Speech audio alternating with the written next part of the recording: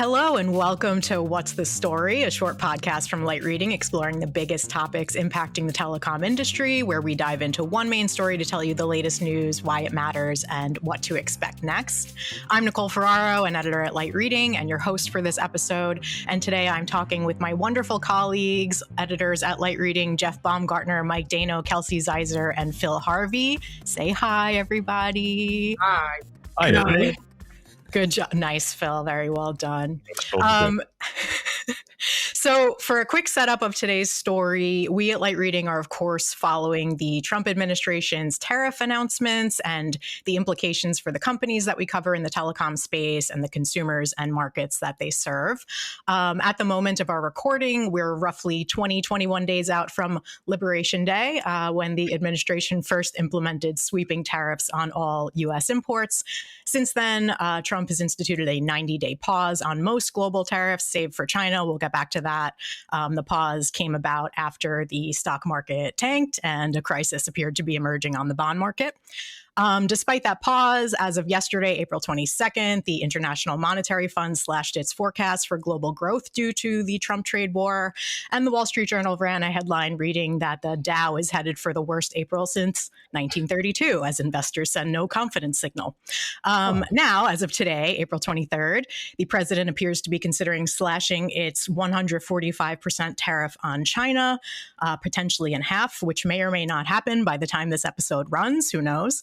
But as the Wall Street Journal also reports, in quotes, even if Trump decides to lower some tariffs on Chinese imports by half, that level would still mean the U.S. markets would all but be closed to many Chinese makers of electrical machinery and equipment and other products. Some analysts have estimated that trade between the two countries could dry up within months at such a high level. So needless to say, there's a lot of uncertainty around this topic. So today we're going to talk a little bit about what we know of the Trump tax, which is what we're calling it here on Light Reading, the Trump tax impact on telecom so far, what might be coming up ahead, and what to look out for longer term. So first, I'm going to come to you, Phil, our fearless leader, for a quick synopsis of how these tariff announcements are currently impacting the industry and telecom stock prices at large. And then we'll have the rest of you shed some light on the market areas that you cover. So Phil, take it away. Yeah, this is a varied and complex topic, but the general impact on telecom is that short-term revenue for service providers is going to be hit because they've not, and I say short-term meaning within the next, say, 3 quarters, because immediately what seems to be happening is people are quickly upgrading their phones and sort of doing things in anticipation of tariffs hitting. Because it's going to make smartphone prices go up, et cetera, et cetera. So there's a little bit of a positive economic reaction at first because people are kind of stockpiling and quickly upgrading and, things like that in fear of price hikes that are coming. But across the whole telecom sector, in general, what's going to happen is customers are going to be more cautious with their spending. Companies are going to be slower to make deals. They're going to be delayed in some of their capital outlay because they want to fully assess whether what they're paying is going to change. And, in general, that's just going to not just slow things down, but it's just that air of uncertainty delays investment in every area of the sector. And that goes from a company like AT&T investing in, new network upgrades to, startups getting investment from limited partners or venture capital funds because the mutual funds and the retirement groups that fund venture capital funds are sitting on their hands and not doing anything because the economy's, really uncertain. You mentioned stock prices. I mean, I think that's a good one. On the individual company, of course, it varies depending on what they've announced recently and sort of how tied they are to um, more, I guess, sort of immediate trends like the spending on AI, right? So those stocks are kind of going up no matter what. But if you look at the S&P 500 index in the U.S. over the last 5 years, it's climbed. It's up about 93%.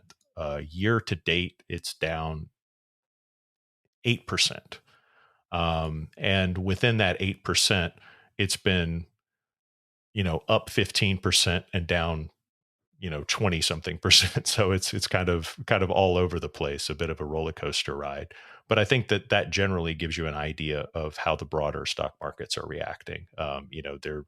They're reflecting um, that caution, that pullback, that let's wait and see, let's not spend now, or oh man, higher prices are coming. I guess we can go ahead and buy something really quick, and then let's just stop, a capital outlay for other projects. So, in a broadest sense, telecom's being affected like most other industries, a little bit indirectly because telecom's mostly a service economy, but it's still going to get them when it comes to smartphones and things like that touch consumer lives.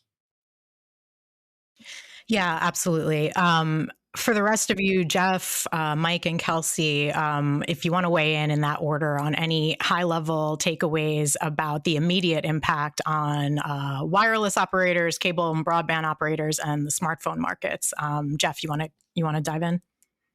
Sure. Yeah. I think from the cable and like wireline broadband side of it, the immediate effect is pretty small and still kind of unknown at this point. I mean, it's been a point of concern or at least discussion at some of the cable tech suppliers, for instance, CommScope and Vecima, which is based in Canada. And at this point, they've said they're kind of weighing the possible effects, but haven't made any specific firm decisions related to the tariffs. Vecima, did say that some of its cable business would be exposed to the tariffs on Canada if those end up coming back or holding. Who knows? But meanwhile, they have already moved some of their manufacturing to the U.S. in anticipation for the BEAD BABA requirements. So you can help me out, Nicole. That stands for Buy America, Build or Buy. I can't remember. Yeah, sorry. I think it's one of those. But anyway, but sorry, it's Build America, Buy America. Yeah, it's both. Yeah, build and buy. Okay. Yeah. And I think that's also leading to some speculation about what that will mean for things like DOCSIS 4 and distributed access architecture upgrades with uncertainty. Might put a bigger slowdown on the current slowdown. As cable has been focused on this new unified chip from Broadcom for things like nodes and modems and amplifiers. So it's still kind of a wait and see. And then Verizon did talk a little bit about the near term effects on the fiber builds, and they said they wouldn't expect to see much because a lot of it's all U.S.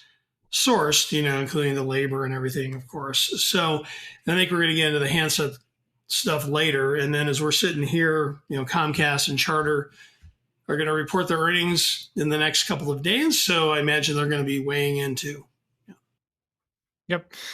And from the wireless, is Mike, from the wireless perspective, it's much the same. I mean, the three biggest wireless network equipment suppliers are Ericsson, Nokia, and Samsung, and none of them are based in the U.S. Ericsson does have a little bit of U.S.-based manufacturing for its radios, but it still has to import components, and so they would be subject to the tax as well. But we heard from AT&T and Verizon this week, and both basically said it's not going to be a big deal.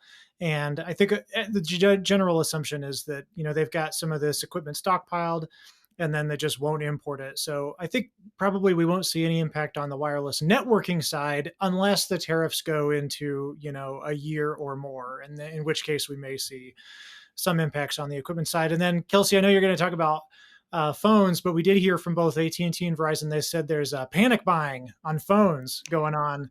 So as soon as the fears of tariffs hit, people ran out and bought the phone before the tariffs hit.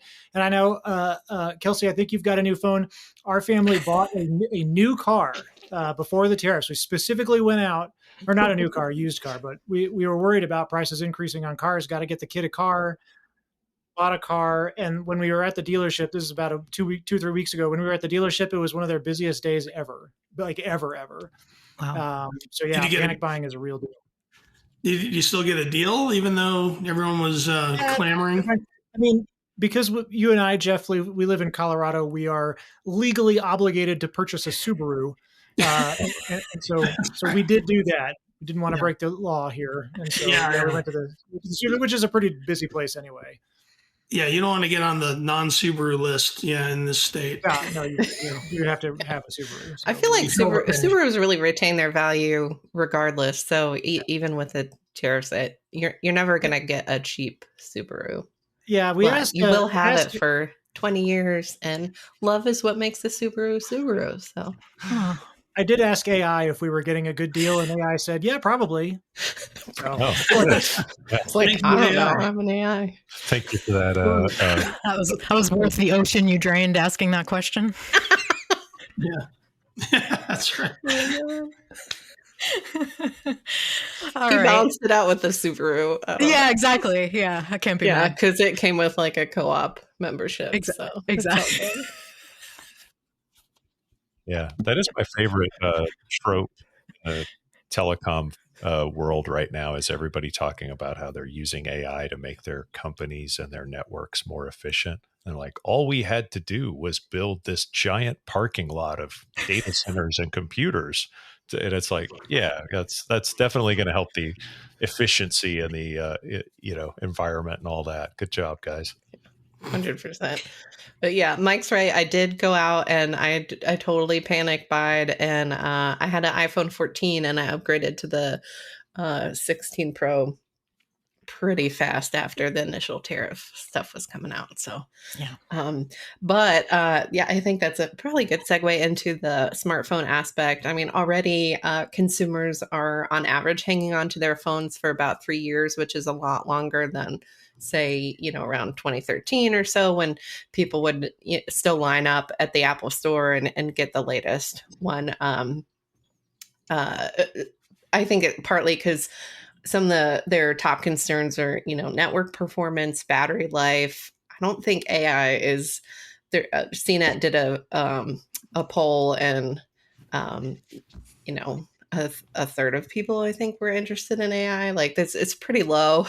A lot of people aren't. That's not their top reason for buying a smartphone. But in terms of the tariffs, it was pretty confusing because about a week ago, they said that smartphones and some other electronics, such as computers, tablets, smartwatches, things like that, were exempt from the tariffs, and everyone was rejoicing. And then a few days later, Trump said, no, that's not actually the case. There's no exemptions. And they said that it's actually in a bucket with a tariff bucket, which sounds awful, with semiconductors, which was confusing to me because we were under the impression that semiconductors were exempt. So I don't think they quite know what's going on either. That's how I would summarize this whole thing. Nobody knows on everything. So clear. Yeah. And apparently, I think that's creating confusion across the board. The New York Times reported yesterday that after Trump spared Apple, a whole bunch of other companies started pleading to be spared as well. Unclear on where those pleas will go. Also, I'll just say I planned as soon as the election happened, as somebody who was informed about tariffs before the election, planned to buy a new iPhone, but I did not want the AI. So instead, I am just going to do my best with my 12 and my external battery charger for as long as my iPhone will last. So anyway, we're moving on to our sort of why this all matters portion of the conversation. I think you guys have spoken to why the actual tariff policies matter for the various sectors you cover. I'd love to talk a little bit about why the actual uncertainty matters around all of this in terms of planning for how to adhere to these tariff policies, planning how to stock up supplies. It sounds like a lot of companies in our space already have enough supply for maybe to get through the next couple of quarters or whatever. But let's just talk a little bit about the implications of all of this uncertainty. Phil, I'll come back to you first. Yeah, sure. I mean, the telecom industry runs uncertainty. I mean, the whole thing of predicting capex spending and a built-in customer base, that doesn't churn too much, that the telco can control. Especially in markets like the U.S. where there's I think the smartphone penetration is like well over 100%, per capita. So it's like the only way to really get new customers, is to take them from your competitors. So that business model reality requires a certain certainty of what you're going to spend, when you're going to spend it, and then what the external factors are that sort of influence that spending. And anytime you throw a spanner in the works, we saw that with COVID. It upsets everything in the supply chain, and when that happens, some suppliers will prosper and they'll be fine, like nothing happened. Others will have shortages, will have ordering problems, will have to rely on different, companies that they haven't vetted as much. And that just leads to, a slower buying cycle in an industry that's already under a tremendous amount of economic pressure to keep up with the demand that's coming, the perceived demand that's coming from the AI build out. And then on top of that, it's a slower moving industry anyway. Just not too long ago, this industry had like 20-year buying cycles on network equipment. It was like incredibly uh, thorough and exhaustive process to vet new equipment and new technologies. That's obviously sped up, but it's nowhere near as fast as like hyperscalers and other modern enterprises. So yeah, anytime you introduce uncertainty in any part of that equation, you're going to get delays and worries about how financially predictable these companies are going to be in the future. And that just upsets everybody. Indeed. Jeff, what are you saying? Well, I think from like what it means from a financial standpoint, still being met with like a shoulder shrug to some extent, because I think that it's still been hard to pinpoint it. But we have not seen any shift in things like capex guidance yet. Yeah, from the topsy turvy news cycle on this thing. At least so far, among the companies that have reported Q1 at this point, Verizon and AT&T specifically, but they're definitely being asked a lot about the financial impacts, and I think they're all saying, "Well, we're on it," and we've dealt with craziness before, and I think they're all pointing to COVID, when they're with how they had to manage through that. But at the same time, they're struggling to pinpoint anything because of the volatility and uncertainty about how these tariff policies are going to shake out. So the goalpost just keeps getting moved around. I think one thing it could do, if it continues and there's still a lot of uncertainty about where it's going to ultimately end up, like I think some projects, would have to be delayed because it's hard to make financial decisions like that if you don't have more certainty, with supply and costs and the things that are important there. Yeah, absolutely. Go ahead.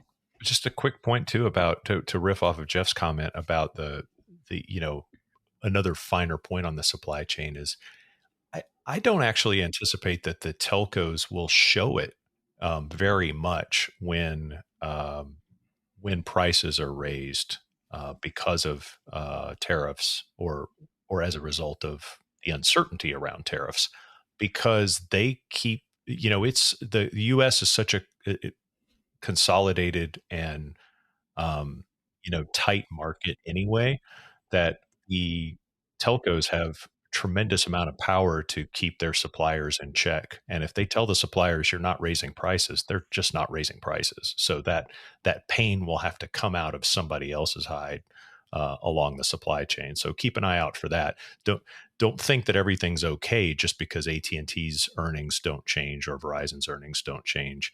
That pain is going to be felt somewhere else in the supply chain. Yeah. Mike, Kelsey, you guys have anything you want to add here? Yeah, I had a great conversation with the head of the lobbying efforts in DC of Nokia, a guy named Brian Hendricks, and he this was in the early days of the tariff stuff, but I think his comments still hold true. He was explaining that, in the at the beginning of the BEAD program, right, there was a big push to get U.S. built components for that BEAD program, and in response, Nokia spun up a manufacturing line. And also, concurrently purchased that company, Infinera. Yep. And their whole goal was to, participate in the BEAD program, sell their equipment to U.S. network operators, and manufacture or assemble it in the U.S. So the company did that. And fast forward a couple of years later, now BEAD is frozen. We don't know what's going to happen with BEAD. Nokia's manufacturing line has sat unused and empty for the past year because of that situation. And now he was explaining that with this, the whole reason that they invested in that thing was their assumption was that the components would not be taxed. The importation of components wouldn't be taxed. That's why they spun up this US-based assembly line. Yeah. So fast forward to today, now we've got the Trump tax, and it does apply to components. So here's a company, Nokia, that wants to invest in the US, did invest in the US, and is now getting burned by its investment in the US on a continual basis. Not only are they not getting BEAD money, they're also going to look at a tax on components for an unknown amount of time. And so if you just look at it through their eyes, like if the goal of this project is to encourage US investment, I think the opposite is happening at this point. Exactly. I'm going to avoid chiming in because I'm so excited by what you just said. You've perfectly highlighted the screaming that's been going on in my head. Kelsey, go over to you. Yeah. How do I follow that? Perfect, Mike. Chef's kiss. So I saw Jeff also wrote recently about how Verizon CEO Hans Vestberg said he was going to pass on increased costs in smartphones to consumers, which I thought, interesting, bold statement, but probably not wrong. I spoke to a number of analysts back when the tariffs on China were back, like 2 weeks ago, when the tariffs on China were around 34%. And they were saying that they felt like maybe the service providers on the back end would balance some of the cost increase with the vendors, share some of the pain, but it sounds like they don't want to do that. So that's kind of interesting. I also talked to them about, manufacturing, if that would move to the US, and pretty unanimous, no, that's not going to happen for smartphones. They do expect that the iPhone 17 will likely be more expensive. So that's something that we can look forward to. And also talk to them a little bit about how bundles might change. So probably we'll see some shifts more to services. So maybe a bundle would include some more streaming services like Netflix or Hulu instead of, now there's some promotions out like buy one, get one, smartwatch, things like that might lessen in the future, just so they don't have to cover so much of those device costs that are definitely going to be increasing. And personally, just overall, I kind of think the damage has been done on the tariffs, whatever happens in the future, even if they, got significantly reduced, I think. Yeah. Yeah. It's similar to what the Wall Street Journal is saying. And you called out Verizon, so I'm just going to add, Mike, your story indicated AT&T CEO said the same thing, that they'll be passing along the cost to consumers. Yeah, for sure. So right, it makes sense. Why would they absorb that cost? I don't understand why they would do that. I mean, the wireless industry is getting pretty competitive right now in the past few months, increasingly so. So there's Yep. There's very little reason for them to absorb that cost.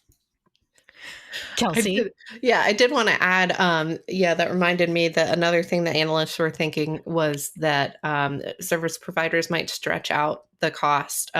So, maybe instead of a 36-month contract, it goes longer so that consumers don't, maybe they're still paying the same $22 a month to cover their smartphone, but it's over a longer period of time, which probably be okay anyway, since people are holding onto their phones longer and longer.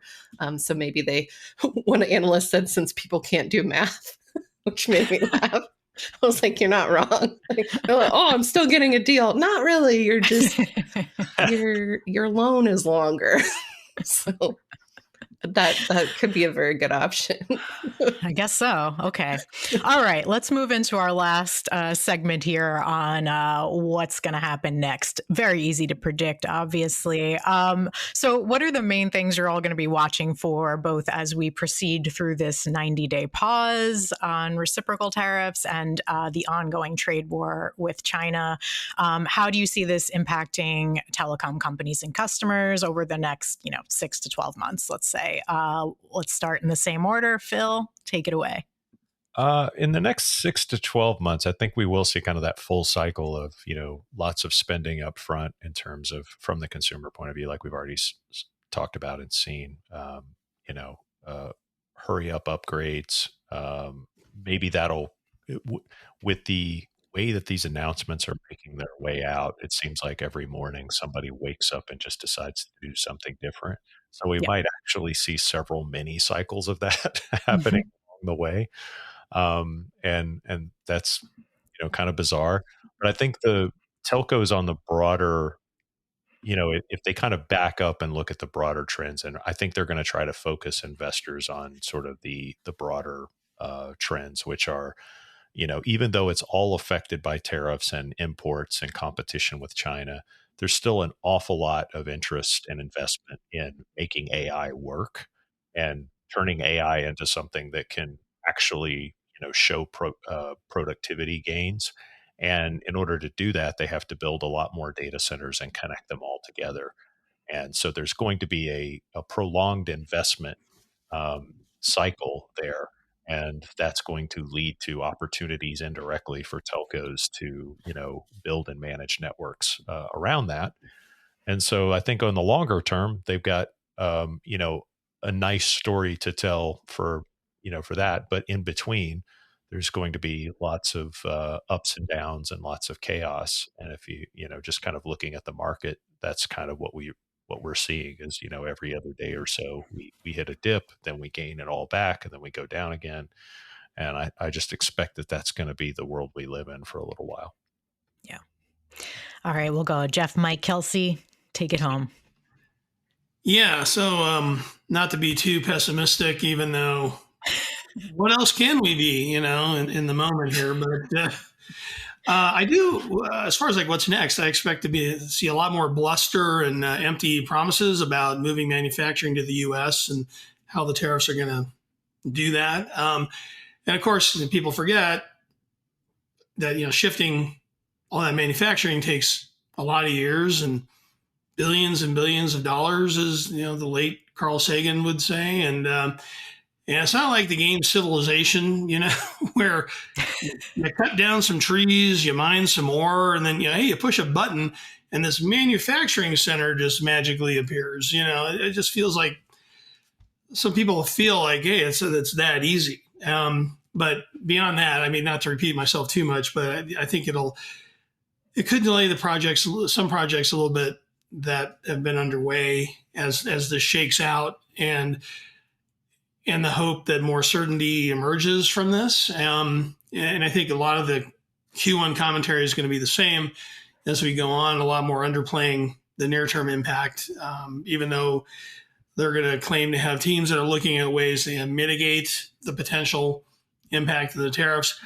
And, if this gets settled and it is long-term, then maybe you'll have a more telling idea here as we get into like the second half of the year and beyond. So, Yeah, so I think it's impossible to really predict kind of what to expect because of the roller coaster yo-yo aspect of the way that this is being approached. Yeah. And it'll hit people every somewhere in the in the process, because even if they did the opposite of what Jeff said, they woke up one morning, all these companies woke up one morning and said, you know what, let's just do everything here in the US. All right, let's build a factory right now. What does steel cost? Whoa, hey. Good Lord, that's a lot. You got yeah, it's power? gonna, It's yeah, you can just use aluminum. You it can just just doesn't work the way that our president fantasizes it that it will. So it'll be interesting to see that play out. pretty sure you can sub anything Yeah, for I steel, blame right? Like Reynolds Sid wrap. Meier.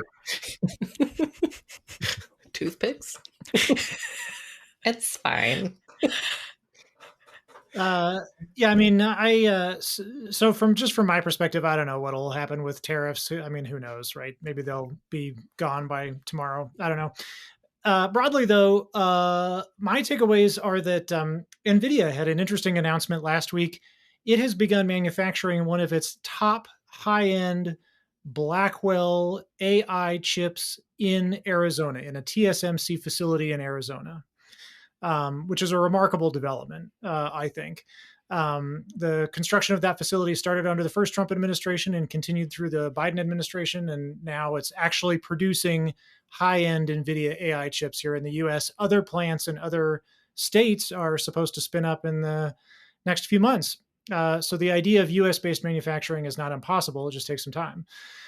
The other takeaway I have is that we've been listening to the developments in China. The whole point of this tariff stuff is really it's a trade war with China, right? Between the US and China. What is going on in China? Well, not a lot of people know because very few people travel there. But from what I heard of the few reporters who have been over there, it's now a cashless society.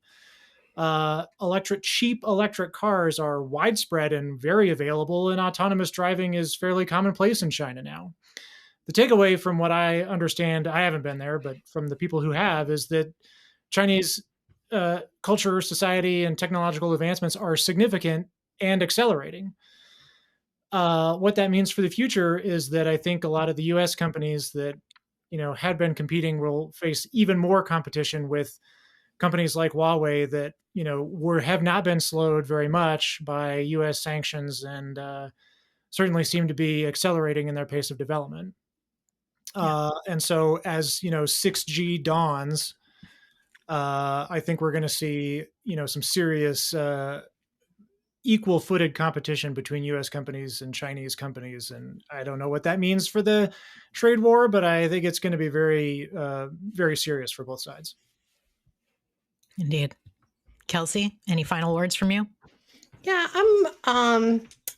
I guess again, like I said before, just curious how service provider bundles will change, and then I wonder what's going to happen with so iPhone released their own C1 modem in the iPhone 16e. And it sounds like the idea is to eventually use those across the board for the iPhone. So how will things change? I guess for them as they're trying to get away from the Qualcomm chips. But, they've made a significant investment in, I think, $500 billion, right, in manufacturing in areas like Arizona. But a lot of that's also dedicated to AI. But then Apple Intelligence hasn't done particularly well. And they recently got dinged for saying it was available now before it was available, because at the launch of the iPhone 16, the Apple Intelligence wasn't available for about another month. So I'm just kind of stream of consciousness here, but very, very curious to see how things will affect Apple in particular. And, that has a trickle down effect to the service providers, which are such a big channel for selling smartphones to the end users. So, yeah. It'll be interesting to watch. Absolutely. That is one word for it. Interesting. With that, thank you all. Another word. That's another one. Yep. There's so many words. Thank you all so much for sharing your insights here. I really appreciate it. Hopefully all of these insights won't be outdated by the time this episode runs on our little website, but we'll be keeping track of all tariff updates as they pertain to telecom in our Trump tax tracker, which you can find in the show notes of this episode, along with links to other stories that we mentioned. With that, thank you for listening. Thanks for watching. We'll see you next time.